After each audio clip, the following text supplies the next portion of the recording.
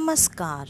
मैं स्नेहा, आपकी होस्ट, एक बार फिर से आपका स्वागत करती हूँ आपके अपने चैनल डर का घर में। आज जो मैं कहानी आपके लिए लेकर आई हूँ, ये कहानी है एक ऐसे इंसान की जिसने की अपनी ज़िंदगी में कई सारे ऐसे लोगों से मुलाकात की थी जो कि लोगों का भविष्य बताते थे और लोगों के आगे पीछे की जानकारी रखते हुए उनको उनकी मुसीबतों से निकलने का रास्ता बताया करते थे। और ये चीज़ें कई समय तक उन्होंने देखते देखते अपना मन भी बना लिया कि अब वो भी कोई ना कोई ऐसी सिद्धि प्राप्त करेंगे जिससे कि वो लोगों की मदद कर सकें। और सबसे आसान सिद्धि उनके कई दिनों के खोजबीन और जांच पड़ताल के बाद जो उन्हें पता चली वो थी जिन्न की सिद्धि। और ये सिद्धि उन्हें सिर्फ और सिर्फ 108 दिनों में मिलने वाली थी।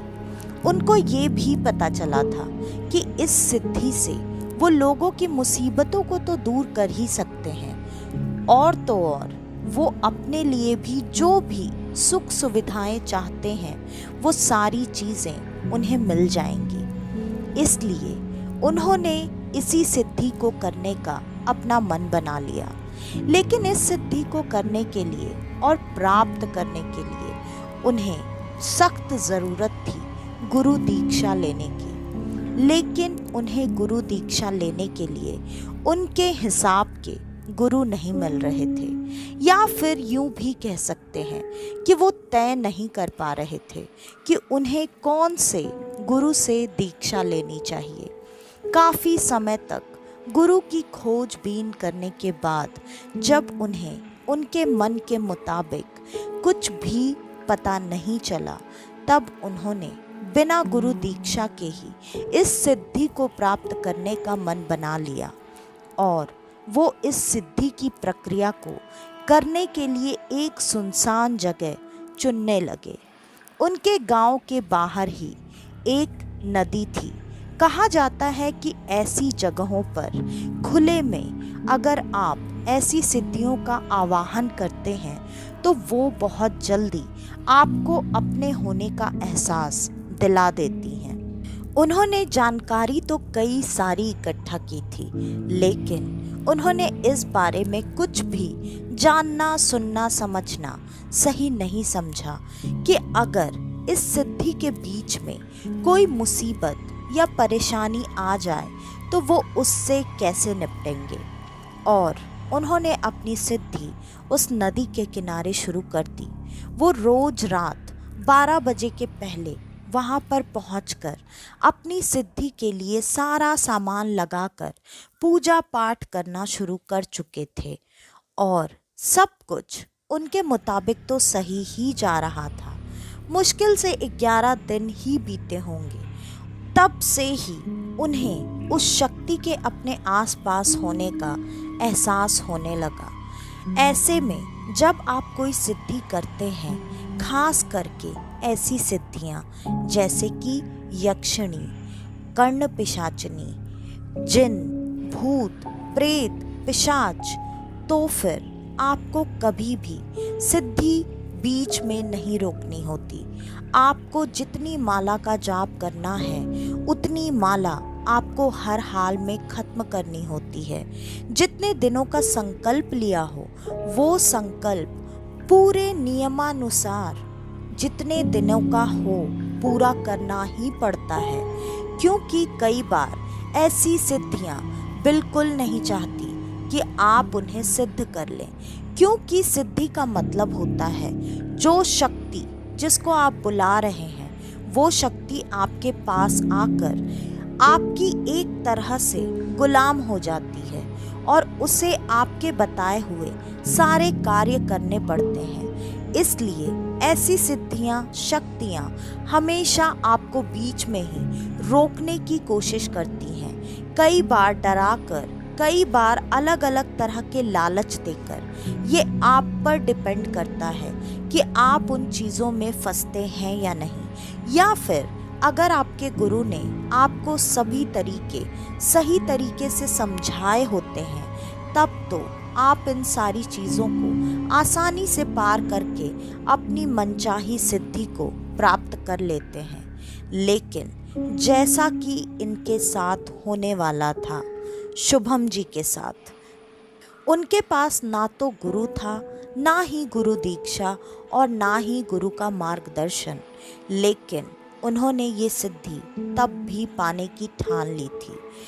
12 दिन बीतने के बाद अब जब उन्हें एहसास होने लगा, थोड़ा थोड़ा उन्हें डर भी लगता था, लेकिन उन्हें ये बात अच्छे से पता थी कि डर कर इन चीज़ों की सिद्धियां कभी प्राप्त नहीं की जा सकती। इसलिए उन्होंने अपनी सिद्धि को बीच में बिल्कुल भी खंडित नहीं होने दिया। जैसे तैसे उन्होंने 20 दिन पार कर लिए। 20 दिन पूरा होते ही वो शक्ति अब उनके सामने आकर उन्हें तरह तरह के लालच देने लगी और उन्हें ये बताने लगी कि ये सिद्धि पूर्ण करने के बाद भी तुम्हें जो चीज़ें प्राप्त नहीं होंगी वो चीज़ें मैं तुम्हें ऐसे ही दे सकता हूँ। तो अब बस करो, रुक जाओ और इस साधना से उठ जाओ। लेकिन वो नहीं माने। शुभम जी इस सिद्धि को पूर्ण करना चाहते थे।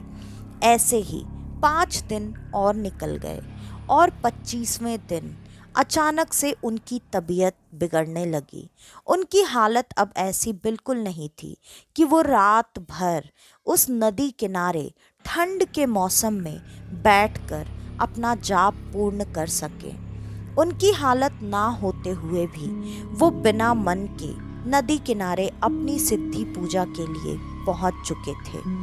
वो जब जाप कर रहे थे तब आज लालच काफ़ी बड़ा था और ये सारी बातें उनके कानों में पड़ रही थीं। आज वो खुद को रोक नहीं पाए क्योंकि एक तो उनका शरीर अब उनका साथ नहीं दे रहा था, दूसरा लालच काफ़ी बड़ी थी जिसके वजह से उनका मन, उनका निश्चय डगमगाने लगा। उन्होंने आंखें खोल दी। वो अपने जगह से उठकर उस घेरे से बाहर आ चुके थे जिसे कि सुरक्षा घेरा कहते हैं। सामने सच में जिन खड़ा था। जिन ने उन्हें जो लालच दिया था वो अपने बात से पलटा नहीं। उसने उनको एक छोटी सी डिबिया दी और कहा, इस डिबिया को जब भी तुम खोल कर मेरा ध्यान करोगे मैं तुम्हारे पास आ जाऊंगा और तुम्हें जो भी काम करवाना हो, मदद चाहिए हो, चीज़ें चाहिए हो, तुम मुझसे मांग सकते हो, मैं तुम्हें सब दे दूंगा।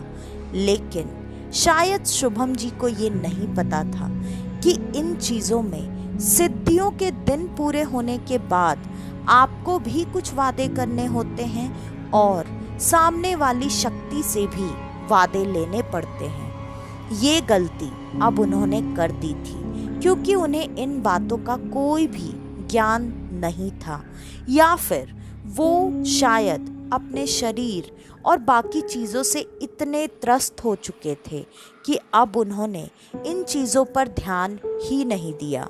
वो खुशी खुशी वो डिबिया लेकर अपने घर चले गए और उसके बाद से हमेशा उनके घर में उन्हें उसी शक्ति के होने का एहसास होने लगा। बार बार उन्हें ये महसूस होता कि वो जिन उनके आसपास ही है। इस बातों से घबराने के बजाय वो खुश रहने लगे। उन्हें ऐसा लगता था कि अब वो उनकी मदद करना चाहता है। उन्होंने 1 हफ्ते बाद तबीयत में थोड़ा सुधार होने पर अपनी बैठक लगाना भी शुरू कर दिया। उससे भी वो काफ़ी पैसे कमाने लगे। जिन ने भी शुरू में उनकी बहुत मदद की। वो जो भी कार्य कहते, किसी को ठीक करने का, किसी की मदद करने का, किसी की किसी चीज़ को गुम जाने पर ढूंढ कर लाने का, और भी कई सारे काम जो कि हम और आप जैसे लोग ऐसे बाबा जी लोगों के पास जाकर करवाते हैं।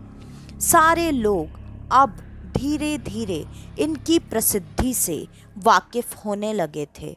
सब लोग धीरे धीरे इनके पास ही आना शुरू कर चुके थे। अब पैसे की तंगी तो ऐसे ही दूर होने लगी थी, इसलिए उन्होंने कभी भी उस जिन से पैसे की मांग नहीं की। लेकिन दिन ब दिन जैसे जैसे समय बीतने लगा, इनके स्वास्थ्य पर असर पड़ने लगा। ये धीरे धीरे लग रहा था जैसे अंदर से खोखले होते जा रहे हैं। इनकी शक्तियाँ क्षीण होती जा रही हैं, मतलब शारीरिक शक्ति, शारीरिक क्षमता, उठना चलना फिरना सब कुछ काफ़ी मुश्किल होने लगा। इन्होंने उस चीज़ के लिए अब उस जिन से मदद मांगी। जिन ने कहा, हाँ मैं तुम्हें स्वास्थ्य दे सकता हूँ, लेकिन तुम्हारे लिए स्वास्थ्य देने के लिए तुम्हें मेरी कोई मांग पूरी करनी पड़ेगी। ये पहली मांग थी उस जिन की उनसे, और उस जिन ने इनसे इनके खुद के बच्चे की मांग की। उसने कहा, तुम अपने सबसे छोटे बेटे की बलि दे दो, उसे मुझे सौंप दो, और मैं तुम्हें अभी से कम 10 साल जवान होने का एहसास कराऊंगा। तुम्हें 10 साल जवान कर दूंगा। तुम्हारे अंदर वही शक्ति आ जाएगी। ये बात इनके लिए बिल्कुल भी नहीं मानने वाली थी, लेकिन इंसान कभी कभी शक्ति और बाकी चीज़ों के नशे में इतना चूर हो जाता है कि सही गलत की समझ भी चली जाती है। वैसे भी कहते हैं कि जब ऐसी नेगेटिव पावर्स आपके आसपास हो तो सोचने समझने की शक्ति वैसे ही धीरे धीरे कम होने लगती है। और ये तो लगभग 1.5 महीने से उस जिन की शक्तियों का इस्तेमाल कर रहे थे। ये भी इस बात पर राज़ी हो गए। इन्होंने अपने सबसे छोटे बेटे को उनको सौंप दिया।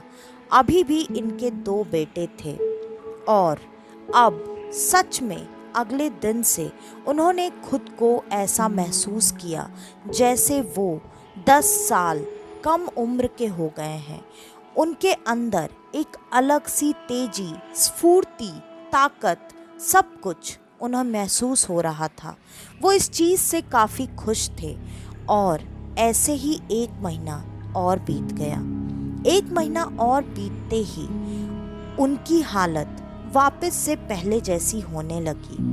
अब वापस से उन्होंने उस जिन से मदद मांगी। उस जिन ने अभी भी उनसे वही मांग की।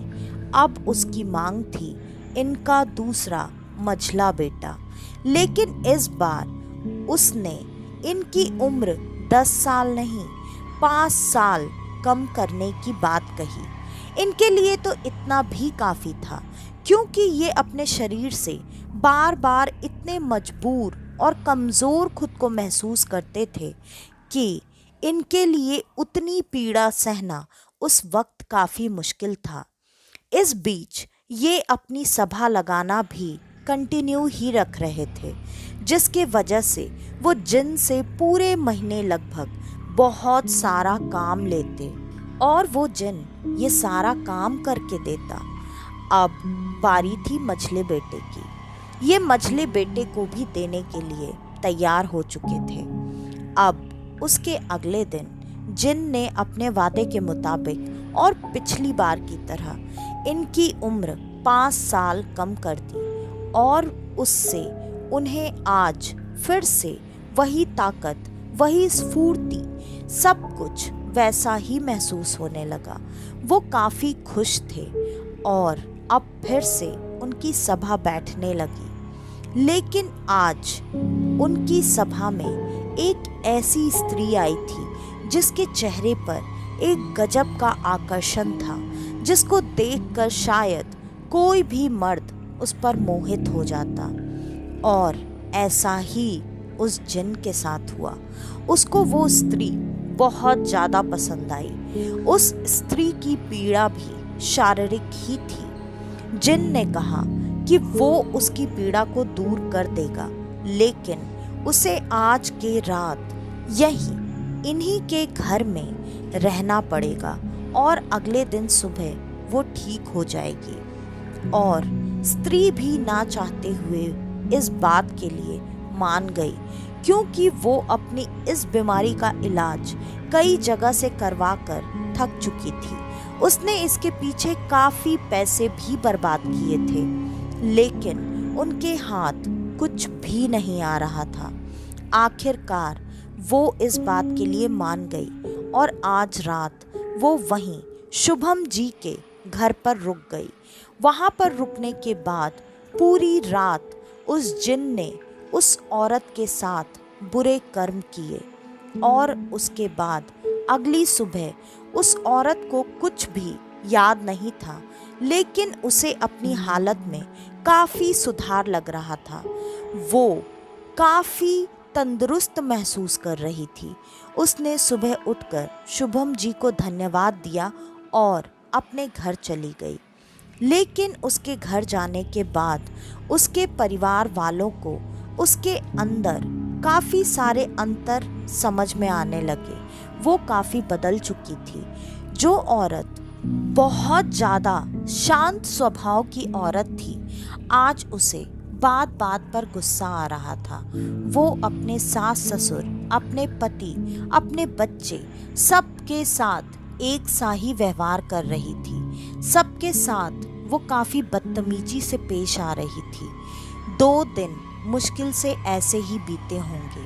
परिवार वाले अब शुभम जी के पास ये सारी बातें लेकर पहुंच गए।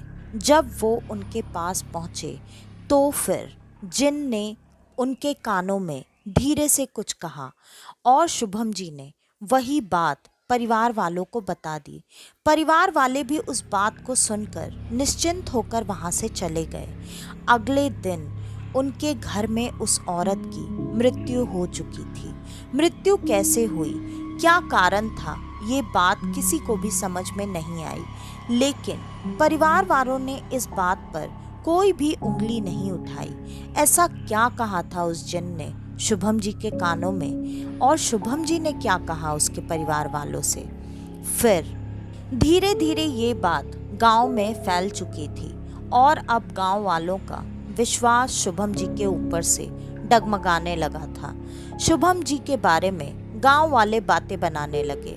धीरे धीरे उनके पास आने वाले लोगों की गिनती घटती चली गई। इस वजह से शुभम जी अब काफ़ी परेशान हो गए थे। उन्हें ज़्यादा पैसे आने की वजह से लालच काफ़ी बढ़ चुका था। उन्हें अब पैसों में कमी बर्दाश्त नहीं हो रही थी। उनको ज़्यादा से ज़्यादा पैसे चाहिए थे। इस वजह से अब शुभम जी ने अपने जिन से पैसे की मांग की। जब उसने पैसे की मांग की तब जिन ने कहा वो उनको अथाह धन दे सकता है, लेकिन उसके लिए उन्हें उनके तीसरे और आखिरी सबसे बड़े बेटे की बलि देनी पड़ेगी।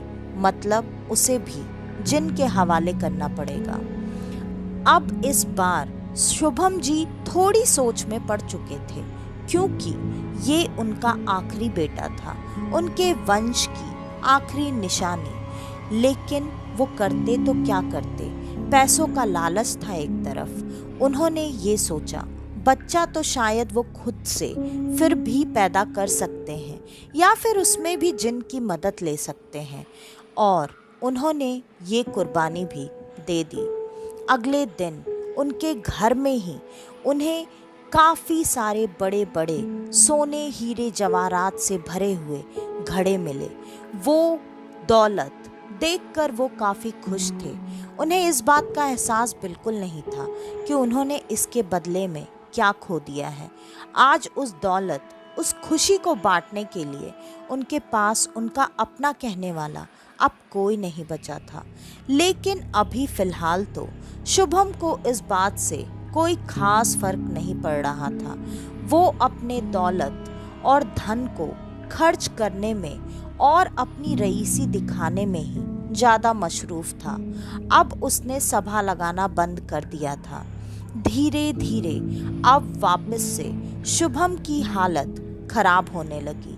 उसकी तबीयत अब इस बार हर बार से ज़्यादा बुरी हो चुकी थी। धीरे धीरे वो 50 साल का इंसान अब लगभग देखने में 90 साल का दिखने लगा था। ऐसा लग रहा था जैसे जिन ने जितनी उम्र उन्हें दी थी वो उम्र दी नहीं थी, शायद वो ले ली थी। उनकी हालत अब इतनी बुरी हो चुकी थी कि वो इस चीज को चाह करके भी ठीक नहीं कर पा रहे थे। उन्होंने ऐसी हालत में फिर से उस जिन को याद किया। वो जिन अब इस बार एक बार याद करने पर सामने आया भी नहीं। उनके कई बार बुलाने पर आखिरकार वो जिन सामने आकर खड़ा हो गया और बहुत जोर जोर से हंसने लगा। उसने कहा, हर चीज पाने के लिए कुछ न कुछ देना पड़ता है और इस बार तुझे जो चीज चाहिए वो लेने के लिए तेरे पास देने को अब कुछ नहीं बचा। तब शुभम जी को अपनी गलती का एहसास होने लगा। उन्होंने उस जिन के सामने गिड़गिड़ाते हुए कहा, इस बार एक आखिरी बार मेरी मदद कर दे।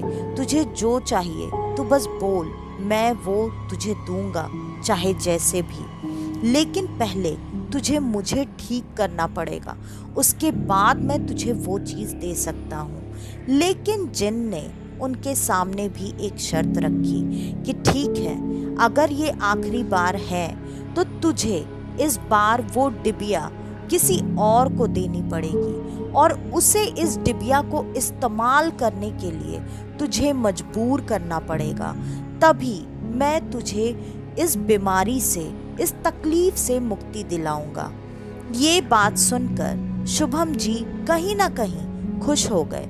उन्होंने कहा, बस इतनी सी बात? हाँ, ये मैं कर दूंगा। तू मुझे ठीक तो कर, मैं चलने फिरने लायक तो हो जाऊं, तब तो मैं तेरी मदद करूंगा ना। जिन ने इस पर कहा, नहीं, मैं तुझे सिर्फ 1 घंटे की मोहलत देता हूँ।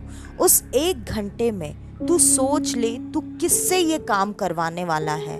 उस 1 घंटे के लिए तेरे अंदर इतनी ताकत आ जाएगी कि तू चल फिर कर खुद से जिसके पास चाहे जा सकता है और जाकर जैसे ही तू उसे ये डिबिया देगा, मैं तुझे तेरा स्वास्थ्य वापस कर दूंगा।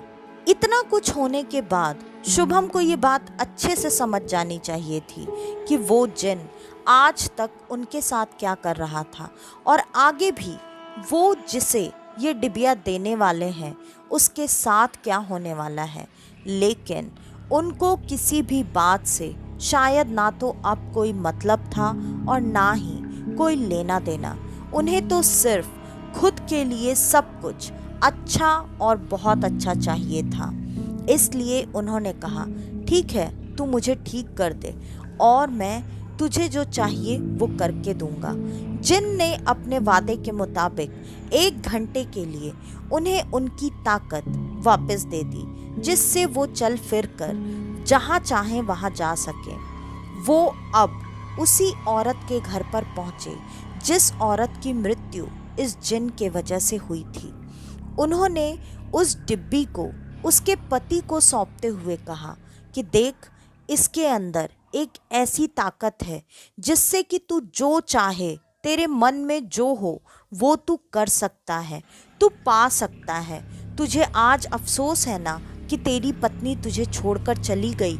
अगर तू चाहे तो उसे भी वापस ला सकता है। बस तुझे इस डिब्बी को इस तरह से खोलकर उसका आवाहन करना पड़ेगा और उससे तू जो चाहे वो मांग सकता है। पहले तो उसने ये बात नहीं मानी, लेकिन उसने मतलब शुभम ने एक बार ये चीज करके उसको दिखाई। उसको तुरंत इस बात का भरोसा हो गया, क्योंकि उसकी पत्नी के जाने के बाद से उसकी हालत काफी बिगड़ चुकी थी और उसके काम धंधा बंद होने की वजह से, क्योंकि वो दिन रात अपनी पत्नी के गम में ही खोया रहता था, जिसके वजह से उसने काम पर जाना भी बंद कर दिया था।